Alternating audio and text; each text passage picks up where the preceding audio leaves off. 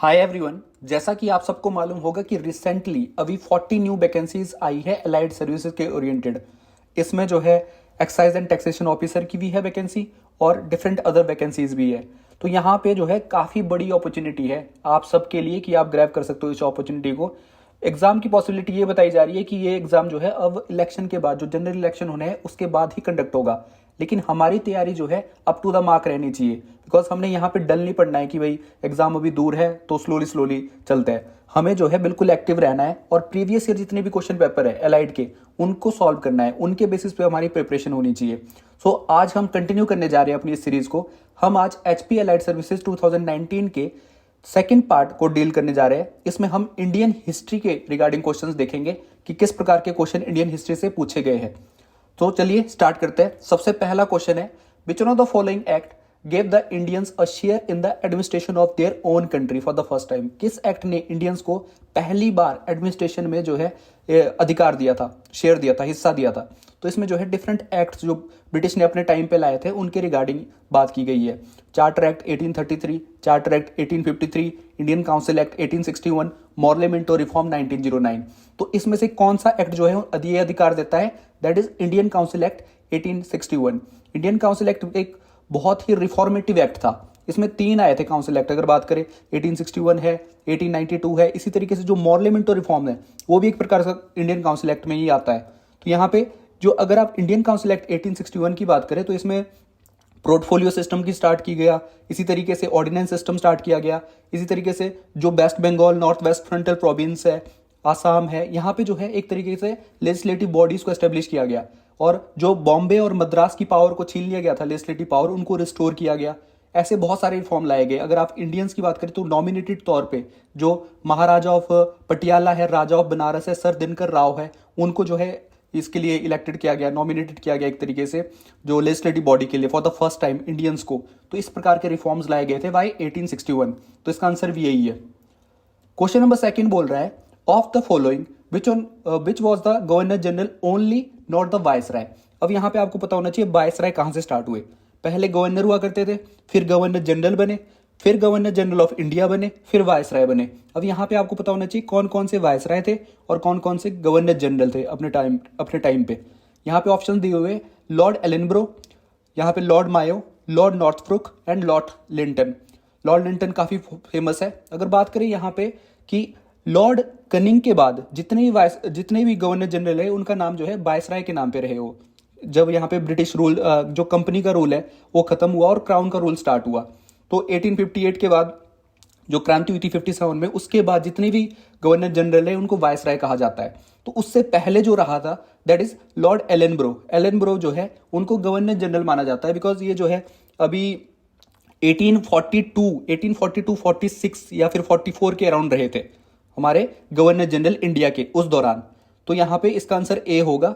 Rest of the person, अगर आप Lord मायो की बात करें, नॉर्थब्रुक की बात करें, लिंटन की बात करें, ये जो है लॉर्ड कनिंग के बाद रहे हैं। अगर आप लॉर्ड कनिंग के बाद गवर्नर जनरल या फिर वायसराय की बात करो तो इसमें जो है लॉर्ड एल्गिन वन भी आते हैं, इसी तरीके से सर जॉन लॉरेंस भी आते हैं, followed by Lord Mayo, Lord Northbrook, Lord Lytton, Lord Ripon. इस प्रकार के बहुत सारे वायसराय रहे हैं इंडिया में। तो इसका आंसर क्या होना था? ए। क्वेश्चन नंबर 3 बोल रहा है, विच one of the following was the paper of Annie Besant. Annie Besant का नाम सुना होगा आपने, पहली महिला आईएनसी की प्रेसिडेंट रही थी इन 1917। तो इनके कुछ पेपर्स मेंशन है यहाँ पे। क्या इनका पेपर कौन सा है? इसमें द स्टार है, द डाउन ऑफ इंडिया है, द पेट्रियट है, कॉमन बिल है। तो इनका जो आंसर बनना था दैट इज कॉमन बिल। और इसके साथ साथ न्यू इंडिया भी इनका पेपर है। तो यहाँ पे आपको पता होना चाहिए एनी बेसेंट के रिगार्डिंग कि भाई ये थियोसॉफिकल सोसाइटी से जुड़ी हुई थी, साथ में इंडिया में इन्होंने होम रूल मूवमेंट उसमें भी इन्वॉल्व थी। तो इसका आंसर क्या होना था? डी। क्वेश्चन नंबर 4 की बात करते हैं, when did the Akali take the key of Golden Temple at Amritsar and appointed a new manager. Akali movement आपने सुना होगा। अकाली मूवमेंट जो है यहाँ पे गुरुद्वारा रिफॉर्म मूवमेंट से जुड़ा हुआ है। तो यहाँ पे अकाली ने कब टेक ओवर किया एक तरीके से गोल्डन टेम्पल को? तो यहाँ पे 1921 है इसका आंसर। इसमें 1919 दिया था, 23 दिया था, 25 दिया था। वैसे कईयों बुक्स में जो है 1920 भी मेंशन होता है, अक्टूबर 1920, और कईयों में 1921 दिया होता है, अक्टूबर 1921, जहां पे ये टेक ओवर किया गया था। उसके बाद गुरुद्वारा में रिफॉर्म्स लाए गए थे, बिकॉज यहाँ पे जो महानत हुआ करते थे उनको करप्ट पाया गया था। तो यहाँ पे गुरुद्वारा प्रबंधक कमेटी का एस्टेब्लिश किया गया था इसके लिए रिफॉर्मेटिव वे में। तो अकाली ने टेक ओवर किया था 1921 में। तो इसका आंसर जो है बी होना था। क्वेश्चन नंबर 5 की अगर बात करें, अनुसुईया वैन one of the Gandhi's main lieutenant was the sister of, किसकी सिस्टर थी ये अनुसुईया वैन? यहाँ पे ऑप्शन दिए हुए अंबालाल साराभाई, जमुनालाल बजाज, घनश्याम दास बिरला एंड बालचंद हीराचंद। तो यहाँ पे इसका जो आंसर बनना था that was A, that is Ambalal Sarabhai. ये जो अनुसुईया वैन है ये एसोसिएटेड थी जब यहाँ पे चंपारण के बाद गांधी जी गुजरात गए थे, अहमदाबाद मिल मजदूर जो मूवमेंट हुआ था वहां पे आंदोलन हुआ था, तो इसमें क्या था, पहली हंगर स्ट्राइक की थी गांधी जी ने। अब यहाँ पे स्टोरी ये बोलती है कि जो वहाँ पे प्लेग आया था तो प्लेग के ओरिएंटेड जो है वहाँ के जो कॉटन मिल ओनर थे वो जो है प्लेग बोनस को खत्म करना चाह रहे थे, और यहाँ पे जो मिल मजदूर है उनकी ये राय थी कि यहाँ पे 50% उनकी बेजेस में राइज होना चाहिए अगर आप ऐसा कर रहे हो तो। लेकिन जो मिल ओनर है उन्होंने कहा था कि हम सिर्फ 20% दे सकते हैं आपको राइज आपकी सैलरी में। तो इसके बीच कंफ्लिक्ट था। बाद में गांधी जी ने समझौता कराया, अनुसुईया वैन भी गांधी जी के सपोर्टर में थे इसमें, और 35% में डील होगी। तो यहाँ पे इस प्रकार की चीजें जो है घटी थी अहमदाबाद में। तो इसका आंसर क्या होना था, ए। क्वेश्चन नंबर 6 की अगर बात करें, which of the following national leader was to take up the cases of prisoners of Meerut conspiracy case? तो यहाँ पे कौन से नेशनल लीडर थे जिन्होंने केस लिया था मेरठ कॉन्स्पिरेसी केस में? मेरठ कॉन्स्पिरेसी केस पहले तो पता होना चाहिए कब हुआ था, ये 1929 टू 1934 के अराउंड जो ये केस हुआ था। और ये केस जो है सोशलिस्ट और कम्युनिस्ट जो है इसमें इन्वॉल्व थे, बिकॉज ब्रिटिशर जो है उनको खतरा था कि कहीं ये सोशलिस्ट और कम्युनिस्ट जो लोग हैं ये टेक ओवर ना कर जाए, तो इनको जो है इससे खतरा था। तो इसके रिगार्डिंग जो है केस किसने लिया था? ऑप्शंस है वल्लभ भाई पटेल, राजेंद्र प्रसाद, मोतीलाल नेहरू, MC छांगला। तो यहाँ पे अगर आप वल्लभ भाई पटेल की बात करें तो ये जो है आपको नाम बारदोली सत्याग्रह में सुना होगा आपने, इसी तरीके से 1931 के कांग्रेस सेशन में सुना होगा।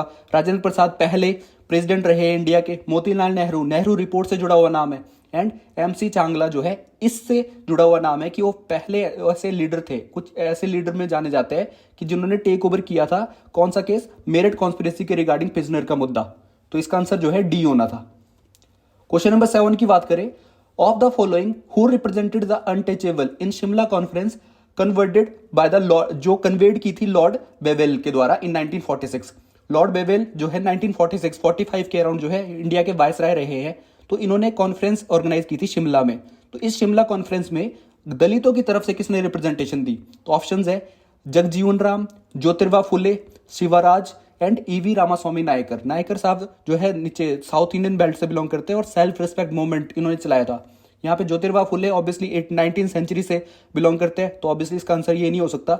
इसके साथ साथ जगजीवन राम एंड शिवराज, अगर इनमें बात करें तो शिवराज ऐसे जो है रिप्रेजेंटेटिव थे जिन्होंने दलितों की बात रखी थी। इसके साथ साथ आपने बाबा साहेब अम्बेडकर का नाम तो सुना ही होगा जो कि दलितों के लिए लड़े हैं। तो इस प्रकार से इसका जो आंसर बनना था that was C, Shivraj. Question number 8 की बात करें, under whose presidentship the first session of Indian Science Congress Association was held in Calcutta? 1914 में पहला सेशन हुआ है इंडियन साइंस कांग्रेस का, और कौन प्रिजाइड किया था, किसने प्रिजाइड किया था इस सेशन को? तो ऑप्शंस है Ashutosh Mukherjee, Jagadish Chandra Bose and George Everest, James Thomson. तो इसमें से कौन है जिसने प्रिजाइड किया था पहला सेशन इंडियन साइंस कांग्रेस का? आज भी क्वेश्चन आता है कि इंडियन साइंस कांग्रेस कहां से कहां हुई है। अगर आप 2023 में देखोगे तो इंडियन साइंस कांग्रेस जो है नागपुर में कंडक्ट की गई थी। तो ये जो है इसके रिगार्डिंग क्वेश्चन आज भी पूछा जाता है। पहला इसमें जो है पूछा गया है कि पहला कौन था इसका प्रेसिडेंट, पहला प्रेसिडेंट कौन था? तो इसका आंसर जो बनना था ए, दैट इज आशुतोष मुखर्जी जो है पहले प्रेसिडेंट थे इंडियन साइंस कांग्रेस एसोसिएशन के। तो इसका आंसर ए होना था। क्वेश्चन नंबर 9 की बात करते हैं, of the following city where was open the first medical college for women? 1916 में पहला मेडिकल कॉलेज वुमेन का कहां खोला गया था? तो यहाँ पे कलकत्ता है ऑप्शन, मद्रास, बॉम्बे, दिल्ली। तो थोड़ा बहुत आइडिया जो है इससे लग सकता था क्योंकि दिल्ली जो है कैपिटल बन चुकी थी इंडिया की 1912 के अराउंड जो है दिल्ली इंडिया की कैपिटल बन चुकी थी। और उसके बाद जो है जो लॉर्ड हार्डिंग थे, लॉर्ड हार्डिंग की जो वाइफ थी उनके नाम पे जो है यहाँ पे उन्होंने एक कॉलेज खोला था, first medical college for women in 1960s Delhi में। तो इसका आंसर जो है डी होना था, that is Lord Lady Hardinge College. Question number 10 की अगर बात करें, who presided over the Amritsar session of all Indian Congress in 1919? किसने प्रिजाइड किया अमृतसर सेशन को? कांग्रेस के जो सेशन है ना उसमें से कुछ इंपॉर्टेंट सेशन रहे हैं वो आपको पता होने चाहिए। अगर 1919 की बात करें जो पूछा गया है यहाँ पे, तो इसमें ऑप्शंस थे, मोतीलाल नेहरू ने प्रेजाइड किया है, लाला लाजपत राय ने प्रेजाइड किया है, एसपी सिन्हा ने प्रेजाइड किया है, सरोजनी नायडू ने प्रेजाइड किया है। तो यहाँ पे जो इसका आंसर बनना था दैट वाज मोतीलाल नेहरू। मोतीलाल नेहरू ने प्रेजाइड किया अमृतसर सेशन को। अगर यहाँ पे इंपोर्टेंट सेशन की बात करूं मैं, जो कांग्रेस के इंपोर्टेंट सेशन रहे हैं, उसमें जो है बॉम्बे सेशन जो पहला सेशन रहा है दैट इज इंपॉर्टेंट, पूछा जाता है। इसी तरीके से जो सेकंड सेशन रहा है उसका भी आपको पता होना चाहिए, दादा भाई नारोजी थे। इसी तरीके से जो कलकत्ता सेशन जो 1906 में रहा है, जिसमें स्वराज शब्द का पहली बार यूज किया गया, वो कलकत्ता में हुआ, दादा भाई नारोजी ने प्रेजाइड किया। सूरत सेशन कई बार पूछा जाता है, सूरत सेशन 1907 में हुआ था, जो जहां पे कांग्रेस का स्प्लिट भी हुआ था, इसके रिगार्डिंग आपको जानकारी होनी चाहिए। मद्रास सेशन की बात करें, इसी तरीके से जो कलकत्ता सेशन हुआ था उसके बाद 1917 में, जिसमें पहली महिला प्रेसिडेंट बनी थी एनी बेसेंट। बात करें अगर बेलग्राम सेशन की, गांधी जी प्रेजाइड किया था 1924 में। कराची सेशन प्रेजाइड किया था वल्लभ भाई पटेल के द्वारा 1931 में। इसी तरीके से त्रिपुरी सेशन अगर बात करें तो बोस, एससी बोस ने प्रेजाइड किया था ये सेशन। तो इस प्रकार के जो कुछ इंपॉर्टेंट सेशन है वो आपको पता होने चाहिए। जैसे एक सेशन में जो है जनगण मन पहली बार गाया गया, एक सेशन में वंदे मातरम पहली बार गाया गया, एक सेशन में स्वराज वर्ड पहली बार यूज किया गया। ऐसे जो सेशन रहे हैं, या फिर लाहौर में अगर आप बात करें जो पूर्ण स्वराज की मांग पहली बार की गई, जहां पे जवाहरलाल नेहरू ने प्रेजाइड किया था लाहौर सेशन 1929 में, उसके रिगार्डिंग क्वेश्चन पूछे जाते हैं। तो जो इंपॉर्टेंट कांग्रेस के सेशन है, आईएनसी सेशन, उसकी जानकारी आपको होनी चाहिए, बिकॉज वहां से क्वेश्चन बनता है। तो इसका जो आंसर बनना था वो है ए। क्वेश्चन नंबर 11 की बात करते हैं। Where was the centre of Ahmadiyya established in Pakistan after the partition of India. Ahmadiyya जो है ये माने जाते हैं एक तरीके से लिबरल ख्यालात के। तो अहमदिया ने आफ्टर इंडिपेंडेंस, यहाँ पे लिबरेशन, तो यहाँ पे जो पाकिस्तान में एक सेंटर खोला था, कहाँ पे खोला था ये पूछा था। तो यहाँ पे ऑप्शंस है रवाहा, कराची, रावलपिंडी, पेशावर। तो जिसका आंसर बनना था दैट वाज ए। तो ये रवाहा में जो है एक इन्होंने सेंटर खोला था अहमदियाज ने। आजकल भी ये न्यूज में रहता है, या फिर उससे पहले भी न्यूज में रहे हैं, बिकॉज इनको जो है पॉलिटिकल पार्टिसिपेशन आज भी पाकिस्तान में नहीं देखने को मिलता। अहमदियाज की अगर बात करें, बिकॉज ये लिबरल ख्यालात के थे, और पाकिस्तान जो है कट्टर इस्लामिस्ट स्टेट है, या फिर कंट्री की अगर बात करें तो। क्वेश्चन नंबर 11 की अगर बात करें, of the following who wrote the commentary on Bible. Bible पे किसने कमेंट्री लिखी है, बाइबल पे कमेंट्री किसने लिखी है। तो यहां पे ऑप्शंस दिए हुए थे, मोहम्मद कासिम नानतावी, और दूसरा ऑप्शन है सर एडविन अर्नोल्ड, तीसरा ऑप्शन है Sir Syed Ahmad Khan, and fourth one is Vivekananda. तो इसमें से किसने जो है कमेंट्री लिखी है बाइबल पे। अगर यहां पे बात करूं मैं सर सैयद अहमद खान की, ये जो है काफी ज्यादा लिटरेट थे, तो इन्होंने बहुत ज्यादा बुक्स पढ़ी थी, इन्होंने बाइबल भी पढ़ी है, तो बाइबल की इसमें जो है इन्होंने कमेंट्री भी लिखी है। और सैयद अहमद खान का जो है नाम उसमें भी आता है कि इन्होंने साइंटिफिक सोसाइटी की स्थापना की थी, और इसके साथ साथ इन्होंने जो है अलीगढ़ यूनिवर्सिटी, उससे जुड़ा हुआ नाम भी है ये, और ये जो है रिप्रेजेंटेटिव रहे हैं ब्रिटिश पार्लियामेंट में भी। तो इस तरीके से जो है इनके रिगार्डिंग जो है पर्सनैलिटी बहुत इंपॉर्टेंट पर्सनैलिटी है मुस्लिम की अगर बात करें तो, सर सैयद अहमद खान, और इन्होंने ही जो है कमेंट्री लिखी है बाइबल पे। तो इस प्रकार का जो है क्वेश्चन था ये, इसका आंसर सी होना था। क्वेश्चन नंबर 12 की अगर बात करें, व्हेन वाज द कन्या महाविद्यालय founded in Jalandhar bye Arya Samaj. Arya Samaj के द्वारा कन्या महाविद्यालय जालंधर में कब बनाया गया था, कब फाउंड किया गया था। तो ऑप्शंस है यहाँ पे 5 जून 1896, 14 जून 1896, 21 जून 1896, 25 जून 1896। बहुत ही क्लोज ऑप्शंस थे, तो यहाँ पे पॉसिबिलिटी ये थी कि आप जो है कमिट करो मिस्टेक। तो इस प्रकार के क्वेश्चन अगर तो आपको क्लियरिटी ऑफ थॉट है तो आप कमिट जो है इस प्रकार के क्वेश्चन हैंडल करो, नहीं तो फिर इस प्रकार के क्वेश्चन छोड़ने पे ही भलाई है। अगर करेक्ट आंसर की बात करें तो इसका आंसर जो है बी होना था, 14 जून 1896। जलंधर में यूनिवर्सिटी कन्हैया जो विद्यालय है उसकी फाउंडेशन की थी, और आज की डेट में एक हेरिटेज साइट का दर्जा दिया गया है इसको, आर्य समाज से एसोसिएटेड है, और कब फाउंड हुई है 14 जून 1896। तो इस प्रकार की क्लियरिटी जो है तभी होगी आपको जितना आप रीड करोगे, जितना आप प्रैक्टिस रहेगी आपकी, तो इस प्रकार के क्वेश्चन से आप डील कर सकते हो। बिकॉज आपको दिख रहा है कि एलाइड जो है फैक्चुअल बेस्ड क्वेश्चन पूछ रहा है, तो फैक्चुअल बेस्ड क्वेश्चन के लिए आपको जो है आपकी मेमोरी पावर बिल्ड होनी चाहिए। मेमोरी पावर कब बिल्ड होगी, जब आप कंटिन्यूअसली रीड करोगे, तो इस प्रकार के क्वेश्चन आप डील कर सकते हो। क्वेश्चन नंबर 13 की अगर बात करें, which on the following is not correct about the Faraizi movement. Faraizi movement के रिगार्डिंग जो है ऑप्शंस दिए हुए यहाँ पे, किसके रिगार्डिंग कौन सा करेक्ट नहीं है। तो इसको फाउंड किया था शरीयतुल्लाह के द्वारा। It advocated the observation of obligatory duty to Islam. Islam के लिए जो आपका कर्तव्य है उसके बारे में जो है ये बताता है। इसी तरीके से थर्ड ऑप्शन है it condemn the worship of shrines of various Islamic saint, इसने जो है विभिन्न इस्लामिक संतों के जो मंदिर है उनकी पूजा की निंदा की थी।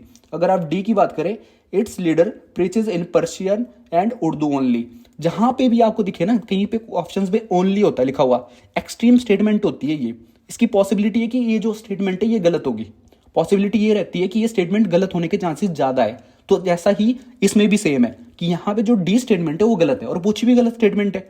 अगर रेस्ट ऑफ द स्टेटमेंट की बात करें ये सही है फेरारजी मोमेंट के बारे में कि ये जो है इस्लाम धर्म की प्योरिटी के बारे में वर्क करता है फेरारजी मोमेंट। तो इसी तरीके से जो इसको फाउंड किया था शरीयतुल्लाह ने, और ये जो है मोमेंट इस रिगार्डिंग वर्क करता है। लेकिन ये जो भाषा है यहाँ पे जो पर्शियन और उर्दू की बात कर रही है सिर्फ ओनली, ऐसा नहीं है, ये दूसरी भाषाओं में भी प्रीच करते हैं। तो इसका आंसर जो होना था, नॉट पूछा था, नॉट करेक्ट, तो इसका आंसर डी होना था। क्वेश्चन नंबर 14 की बात करते हैं, which on the following acts और acts remove ban on the missionaries to preach Christianity and granted an annual grant of 1 lakh for education. तो यहाँ पे आई थिंक ये इजियर साइड क्वेश्चन था वैसे तो, लेकिन फिर भी एक्ट्स की रिगार्डिंग आपको जानकारी होनी चाहिए कि किस एक्ट ने 1 लाख रुपए पहली बार एजुकेशन के लिए सैंक्शन किए थे, ग्रांट किए थे। तो यहाँ पे वेरियस एक्ट्स जैसे मैंने कहा ब्रिटिशर्स ने इंट्रोड्यूस किए थे अपने टाइम पे, तो charter act 1793, charter act 1813, option B बोल रहा है only charter act 1813, and then C है charter act 1833 and 1853, option D है चार्टर एक्ट 1853। जिसका आंसर होना था that was B, charter act 1813। Charter act 1813 ने जो है मोनोपोली को भी खत्म किया था इंडिया में, ट्रेड मोनोपोली कंपनी की, एक्सेप्ट मोनोपोली किस में रिटेन की थी कि चाइना के साथ ट्रेड में और टी में, उसमें मोनोपोली रिटेन की थी। इसके साथ साथ 1 लाख रुपए जो है एजुकेशन सैंक्शन किए थे। इसके साथ साथ उन्होंने जो है जो मिशनरीज है, ब्रिटिश मिशनरीज है, उनको अलाउ किया था इंडिया में आने के लिए। तो इस प्रकार के जो है रिफॉर्म्स लाए गए थे B, that is Charter act 1813 के द्वारा। तो आपको पता होना चाहिए इसका आंसर जो है बी होना था। क्वेश्चन नंबर 15 की बात करते हैं, who of the following was the great British artist of the art of miniature painting. 2 प्रकार की पेंटिंग होती है, एक है मुराल पेंटिंग या फिर mural painting and miniature painting. Mural painting जो है ज्यादातर बॉल्स में होती है पेंटिंग, बड़े स्तर पे पेंटिंग। मिनिएचर होता है छोटा छोटा रूप पेंटिंग का, जैसे कपड़ों में भी पेंटिंग होती है, डिफरेंट टाइप की पेंटिंग होती है, तो दैट इज मिनिएचर पेंटिंग। जैसे अगर आप कांगड़ा कलम की बात करें या फिर पहाड़ी कलम की बात करें, that is a miniature form of painting, जिसमें बहुत सारी पेंटिंग आती है हिमाचल के बेल्ट में। तो यहाँ पे ऑप्शन दिए हुए कि कौन मिनिएचर पेंटिंग के ग्रेट जो ब्रिटिश आर्टिस्ट रहे हैं मिनिएचर पेंटिंग के, तो उसमें टीली कैटल है, जॉन स्मार्ट है, और इस तरीके से आर्थर डेविस है एंड जोहन जॉफनी है। तो इस प्रकार के जो ऑप्शन दिए हुए हैं, तो इसका जो आंसर होना था, ये थोड़ा सा टफर साइड में क्वेश्चन मान सकते हैं बिकॉज ज्यादातर बुक्स में ये नहीं होता आंसर दिया हुआ। तो इसका आंसर जो है बी होना था, दैट इज जॉन स्मार्ट, जो है इसका जो है एक ग्रेट आर्टिस्ट है मिनिएचर पेंटिंग में। तो ये जो ऑप्शन इसका जो है बी होना था। यहाँ पे जो पेंटिंग मेंशन की हुई है जो मैंने, ये जो है कांगड़ा पेंटिंग है, राधा कृष्ण की पेंटिंग दिख रही होगी आपको, ये कांगड़ा पेंटिंग का नजरिया है जहां पे miniature form of painting practice होती है। क्वेश्चन नंबर 16 की बात करें, when and where was open the first female school in Punjab. Punjab में पहला फीमेल स्कूल कहां और कब ओपन किया गया। That is again a factual question कि कहां पे ओपन किया गया और कब ओपन किया गया। ऑप्शंस है कि 1850 में लाहौर में ओपन किया गया, 1852 में जलंधर में ओपन किया गया, 1856 में रावलपिंडी में ओपन किया गया, 1840 में लुधियाना में ओपन किया गया। तो यहाँ पे गर्ल्स की एम्पावरमेंट के लिए गर्ल्स का पहला स्कूल पंजाब में कहां और कब ओपन किया गया।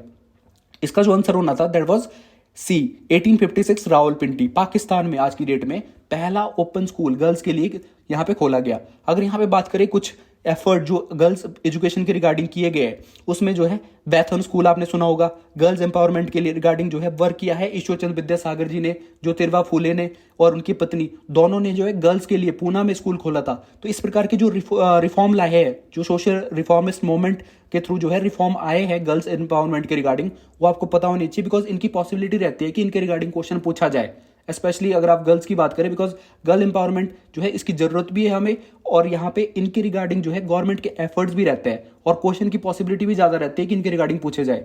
तो इसका आंसर जो क्या होना था that is C. Question number 17 की बात करें, which of the following is correct about Jamaat e इस्लामी। अब ये जमत ए इस्लामी इंडिया की बात हो रही है कि इसकी रिगार्डिंग स्टेटमेंट क्या है। 4 स्टेटमेंट गिवन है कि करेक्ट पूछा है कि ये फाउंड हुआ था, इसको फाउंड किया था 1940 में, पब्लिश किया था इस first literature in Persian and Urdu, it brought out 4 periodicals and it stood for the universal brotherhood, hence it encourage inter religious studies। अब ये क्वेश्चन ना ज्यादातर मैंने देखा है कि कई बुक्स में नहीं है, ये अवेलेबल है, इस टाइप का क्वेश्चन। तो आपकी भलाई इसमें रहती है कि कईयों क्वेश्चन छोड़ने भी होते हैं, ऐसा नहीं कि आपने 100 के 100 क्वेश्चन अटेम्प्ट करने हैं, तो कईयों क्वेश्चन छोड़ने भी होते हैं, बिकॉज इसमें जो थोड़ा सा एलिमिनेट जो मेथड होता है ना, वो लगाना भी थोड़ा मुश्किल है। तो यहाँ पे जो है ऐसे क्वेश्चन को छोड़ना होता है एग्जाम में। अगर यहाँ पे अगर मैं आपको करेक्ट आंसर बताऊं तो इसका आंसर सी होना था कि it brought out 4 periodical, because ये क्वेश्चन ज्यादातर मिलते नहीं है अगर आप बुक्स की बात करें तो अगर आपको पूरा आइडिया है, परफेक्ट आइडिया है, तो आप इसको अटेम्प्ट करो, नहीं तो ऐसे क्वेश्चन को नहीं करना है। तो इस प्रकार से आपको समझ होनी चाहिए कि कौन सा क्वेश्चन अटेम्प्ट करना है, कौन सा क्वेश्चन नहीं करना है, बिकॉज नेगेटिव मार्किंग भी तो है at the end of the day. तो इस प्रकार से आपकी एलिमिनेशन मेथड भी आपको पता होना चाहिए, और इसके साथ साथ आपको पता होना चाहिए कौन सा क्वेश्चन छोड़ना है आपने एग्जाम में। तो यहाँ पे इसका आंसर जो होना था इस क्वेश्चन का as of now that is C, कि इसने जो है 4 पीरियोडिकल ब्रिंग डाउन किए थे। बाकी अगर आप इसके फॉर्मेशन की बात करें तो 1914 ही है, इसके फॉर्मेशन 1941 में लिखी है, ठीक है। अगर इसी तरीके से लैंग्वेजेस की बात करें, इसी तरीके से ब्रदरहुड की बात करें, तो ये इस्लामिक ब्रदरहुड को प्रमोट करता है एक तरीके से। तो इस प्रकार के जो है इसके आंसर होने थे, इसका आंसर जो है सी होना था। बाकी रेस्ट ऑफ द स्टेटमेंट जो है कहीं ना कहीं गलत मानी जाती है। क्वेश्चन नंबर 18 की बात करते हैं। Of the following who was not the leader of the Hindu Mahasabha. Hindu Mahasabha की स्थापना हुई थी 1915 में। इसमें से जो गिवन 4 लीडर है, इसमें से कौन हिंदू महासभा से जुड़ा हुआ लीडर नहीं है? तो यहां पे दैट इज लाला लाजपत राय, लाला हरदयाल, इसी तरीके से BS मुज्जे एंड स्वामी श्रद्धानंद। तो यहां पे जो इसका आंसर होना था दैट वाज लाला हरदयाल। लाला हरदयाल ने ICS सर्विस, जो सिविल सर्विसेज, उसको लात मारी थी, और ये जो है अमेरिका गए थे गद्दर पार्टी को ज्वाइन करने के लिए। इनका नाम आपने सुना होगा। तो ये जो है हिंदू महासभा से एसोसिएटेड चेहरा नहीं है, लेकिन लाला लाजपत राय की बात करें तो हिंदू महासभा से जुड़े हैं। Rest of the personality Hindu Mahasabha से जुड़े हैं। इवन लाला लाजपत राय जो है वो आर्य समाज से भी जुड़े हुए हैं। तो इनके पता होना चाहिए आपको लीडर का किस किस मूवमेंट से एसोसिएटेड थे। तो इसका जो आंसर बनना था that was B. Question number 19 की बात करते हैं। The Namdhari leader Baba Ram Singh was the disciple of. किसके शिष्य थे ये नामदारी लीडर बाबा राम सिंह? तो इसमें ऑप्शंस है अतर सिंह, हरि सिंह, बाबा बुद्ध सिंह एंड बालक सिंह। तो इसमें से किसके लीडर थे, किसके डिसिपल थे, किसके शिष्य थे ये? That answer is that is बालक सिंह। बाबा बालक सिंह के जो है ये शिष्य रहे हैं। नामदारी एक तरीके का जो गॉड के एक सिंबल, एक गॉड के नेम पे जो है अपना जीवन व्यतीत करते हैं। एक तरीके से उनका नाम जो है काउंट करते हुए गॉड के नेम उन पे जो है अपना जीवन व्यतीत करते हैं। इस प्रकार से इनको सजेशन दिया गया था कि भगवान के नाम जपो, और जो है जितनी भी आप जो है इंटॉक्सिक सब्सटेंसेस उनको कंज्यूम मत करो। तो एक तरीके से purity of thought, purity of जो बॉडी है, उसके रिगार्डिंग जो है जानकारी दी गई थी इनको। उसके बाद इन्होंने बहुत सारे खुद भी रिफॉर्म लाए इस नामदारी के तौर पे। तो इस तरीके से जो है ये एक मोमेंट रहा। नामदारी लीडर के रूप में जाना जाता है बाबा राम सिंह को, और इनके जो जिसके ये शिष्य थे उनका नाम है बालक सिंह। तो इस तरह के जो सिख रिफॉर्म है वो आपको पता होनी चाहिए। क्वेश्चन नंबर 20 की अगर बात करें, up to which of the following session of the Congress the autobiography of Gandhi ji is written. Gandhi ji की ऑटोबायोग्राफी हमें सबको पता है, that is experiment with truth और माई एक्सपेरिमेंट विद ट्रूथ। जो इनका सत्य के साथ प्रयोग रहा है वो उनकी ऑटोबायोग्राफी है। अब ये ऑटोबायोग्राफी जो है कब तक इन्होंने जो है पब्लिश की, एक तरीके से कब तक लिखी गई? तो up to which of the following session जो गांधी जी की जो बायोग्राफी उसका हमें चित्रण देखने को मिलता है। तो यहाँ पे कब तक लिखी है? तो यहाँ पे जो ऑप्शन थे that is Nagpur session 1920, Madras session 1927, Bombay session 1934 and Haripura session 1938। अगर मैं आपको एग्जैक्ट बताऊं, जो मुझे जितनी जानकारी इंटरनेट से भी पता चली है या फिर जो मुझे क्लैरिटी है कि महात्मा गांधी की जो ऑटोबायोग्राफी है वो कंप्लीट हुई थी 1927 में, लेकिन इसमें जो आपको जानकारी देखने को मिलती है वो 1920-21 तक देखने को मिलती है। तो इसमें जो पूछा था, इसमें पूछा था कि कब तक ये जो है ऑटोबायोग्राफी कंप्लीट हुई थी, किस सेशन तक? तो इसका जो मेरे हिसाब से एग्जैक्ट आंसर होना था that is B, Madras session of 1927। वैसे कईयों इंस्टीट्यूशन ने इसका आंसर जो है ए भी दिया हुआ है कि नागपुर सेशन 1920, लेकिन मद्रास सेशन तक जो है इनकी ऑटोबायोग्राफी जो है कंप्लीट हुई थी। अगर यहाँ पे बात करें, इनकी दूसरी बुक्स रही है, दूसरी बुक्स में आपने हिंद स्वराज सुना होगा, 1909 की इनकी बुक है। इसी तरीके से दूसरी एक और बुक है इनकी जो साउथ अफ्रीका के रिगार्डिंग इन्होंने लिखी थी, सत्याग्रह इन साउथ अफ्रीका। इसी तरीके से जो बुक वो सत्याग्रह इन साउथ अफ्रीका पब्लिश हुई थी उसके रिगार्डिंग जो है इन्होंने 1927-28 के अराउंड बुक लिखी है वो। इसी तरीके से इनकी आज़ादी के दौरान भी बुक है। तो इनकी जो डिफरेंट बुक्स है वो आपको पता होनी चाहिए, बिकॉज इनकी बुक्स डायरेक्टली भी पूछी जा सकती है एग्जाम में। गांधी जी का इंपॉर्टेंट पोर्शन है एलाइड में टोटली, यहाँ पे 10 क्वेश्चन जो है गांधी जी के अराउंड ही पूछे हुए हैं। तो आपकी क्लियरिटी ऑफ थॉट होनी चाहिए गांधी जी के अराउंड खास तौर से। क्वेश्चन नंबर 21 की अगर बात करें, who give the John Ruskin book that is unto the last to Gandhi ji. तो unto the last Gandhi ji को किसने दी?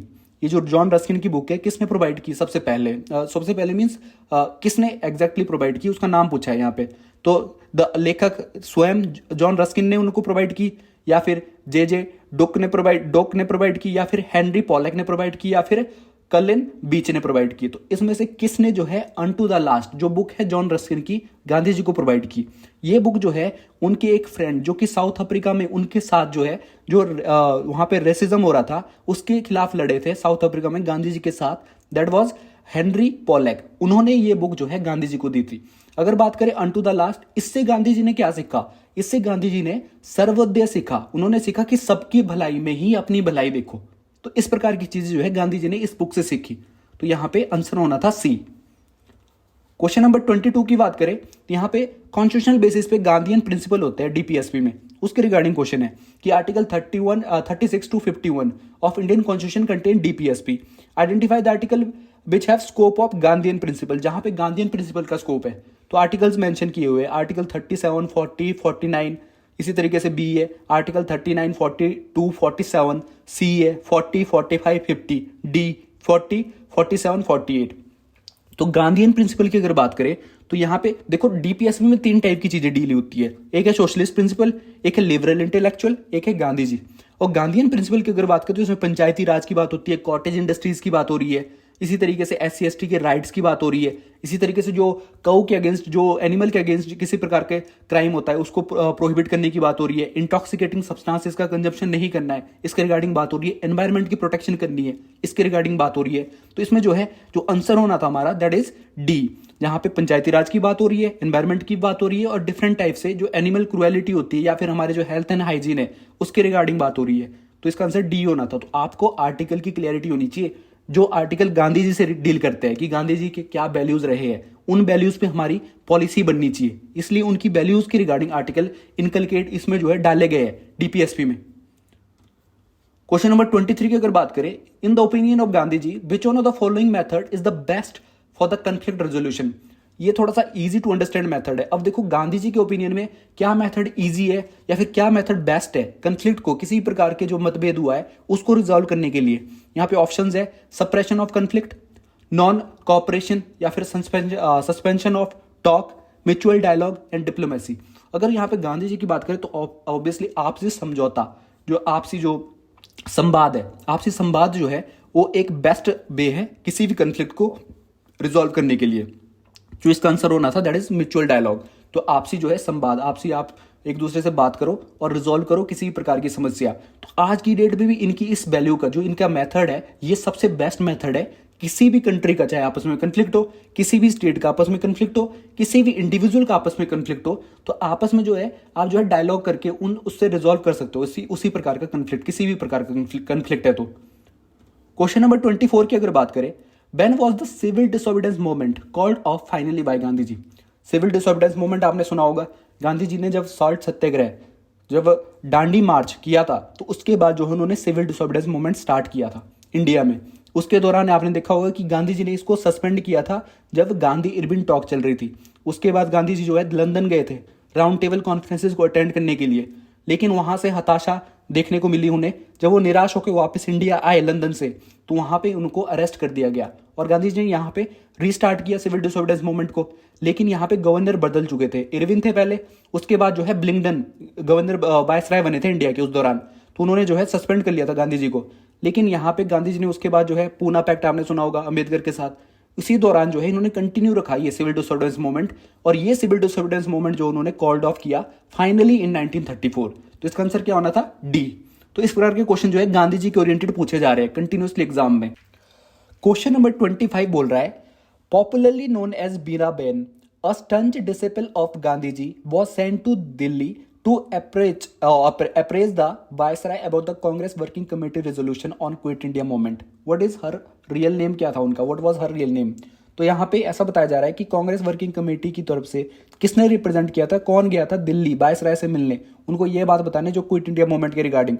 तो यहाँ पे उनका नाम पूछा है जो कि गांधी जी की शिष्या रही है, और गांधी जी ने ही उनको जो है मीराबेन एक पॉपुलर नेम दिया था। तो इसमें उनका नाम क्या है, रियल नेम क्या, रियल नेम पूछा गया उनका। यहाँ पे ऑप्शंस है Miss Catherine, Miss Ramaiah, Miss Durga, Miss Slade. जो उनका रियल नेम था दैट इज मिस स्लेड, ये जो है इंग्लैंड से बिलोंग करती थी और गांधी जी के साथ एसोसिएटेड थी, उनकी जो है शिष्या रही है। और जब राउंड टेबल कॉन्फ्रेंसेज चल रही थी, 3 राउंड टेबल कॉन्फ्रेंस हुई है। अगर कांग्रेस की बात करें, गांधी जी ने रिप्रेजेंट किया था सेकंड राउंड टेबल कॉन्फ्रेंस पे, और गांधी जी के साथ जो है लंदन गई थी, वहां पे सेकंड राउंड टेबल कॉन्फ्रेंस में पार्टिसिपेशन किया है। तो यहां पे आपको पता होना चाहिए इनका जो रियल नेम है that is Miss Slade. Question number 26 की बात करें, of the following who was the first recipient of Gandhi peace prize. Gandhi ji के पीस प्राइज का पहले रेसिपिएंट कौन थे? Gandhi ji peace prize start हुआ था 1995 में, और पहली बार किसे मिला था? ऑप्शंस है Mother Teresa, Nelson Mandela, Julius Nyerere, इसी तरीके से खान अब्दुल गफार खान। सारे ही पर्सनैलिटी बहुत इंपॉर्टेंट है एग्जाम पॉइंट ऑफ व्यू से। अगर यहाँ पे ऑप्शंस की इसके आंसर की बात करें दैट इज सी, जूलियस नेरेरे। ये जो है तंजानिया के एक तरीके से फ्रीडम फाइटर रहे हैं, तंजानिया से बिलोंग करते हैं, वहां के बाद में लीडर भी बने और फ्रीडम फाइटर भी थे तंजानिया के। और इनको जो है सबसे पहले रेसिपिएंट रहे हैं गांधी जी पीस प्राइज के। कब मिला इनको? 1995 में। तो इस प्रकार से गांधी जी पीस प्राइज आपको पता होना चाहिए, बहुत इंपॉर्टेंट प्राइज है। अगर किसी पर्सनैलिटी को रिसेंट टाइम में गांधी जी पीस प्राइज मिलता है तो उसकी पॉसिबिलिटी रहती है कि एग्जाम में पूछा जाएगा वो। तो यहाँ पे पहला पूछा हुआ था, तो इसका आंसर जो है सी बनना था। क्वेश्चन नंबर 27 की बात करें, क्वेश्चन नंबर 27 में which of the following is correct about Gandhi ji. Gandhi ji के रिगार्डिंग विचारों की बात हो रही है कि गांधी जी के विचार कैसे थे, उनके रिगार्डिंग स्टेटमेंट है। 4 स्टेटमेंट है, पहली स्टेटमेंट को रीड आउट करते हैं। ही believed in maximum of government is the best which govern the list. उन्होंने कहा कि ऐसी गवर्नमेंट सबसे बेस्ट होती है कि जो लीस्ट गवर्न करती है। ये तो गुड गवर्नेंस का प्रिंसिपल हो गया कि minimum government with maximum governance, इस प्रकार की चीजें ये बता रहे हैं। दूसरी उन्होंने बताया, दूसरी जो ये स्टेटमेंट है वो कह रही है there should be a direct election at all level. हर लेवल पे जो है डायरेक्ट इलेक्शन होने चाहिए, कोई भी इनडायरेक्ट इलेक्शन नहीं होने चाहिए। क्या ये गांधी जी ने कहा था? And the third statement is he believed that international peace is an utopian idea as it can never be establish. वो बिलीव करते थे कि पीस को, जो इंटरनेशनल पीस है, कभी भी एस्टेब्लिश नहीं किया जा सकता। ये एक काल्पनिक सोच है। अगर बात करें डी की, वो कह रहा है कि he raised his voice for inclusion of और Indian system of medicine in the list of UNO. UNO में इंडियन सिस्टम ऑफ मेडिसिन के इंक्लूजन के लिए उन्होंने अपनी आवाज उठाई थी।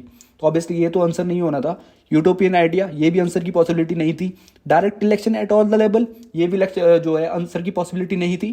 तो only possibility of answer is a, जिसमें जो है इन्होंने बोला था कि गवर्नमेंट का इंटरफेरेंस जितना कम रहेगा ना, उतनी ही बेस्ट गवर्नेंस होगी। इसलिए तो उन्होंने पंचायती राज को प्रमोट किया था। तो इस प्रकार की जानकारी आपको होनी चाहिए। तो इसका आंसर जो है ए होना था। तो जितने भी गांधी जी के अराउंड क्वेश्चन है वो आपको पता होने चाहिए कि गांधी जी जो है बहुत ही इंपॉर्टेंट पर्सनैलिटी है, खासतौर से अलाइड सर्विसेज के एग्जाम में। तो इस प्रकार के क्वेश्चन से हमें डील करना आना चाहिए। इस प्रकार से हिस्ट्री में क्वेश्चन पूछे गए 2019 में। That's it for today. I hope आपको जो है इस प्रकार के क्वेश्चन की अब अंडरस्टैंडिंग हुई होगी और इस तरीके से इन क्वेश्चन के बेसिस पे आप जो है अपनी प्रिपरेशन आगे करोगे। Thank you from my side. Have a nice day.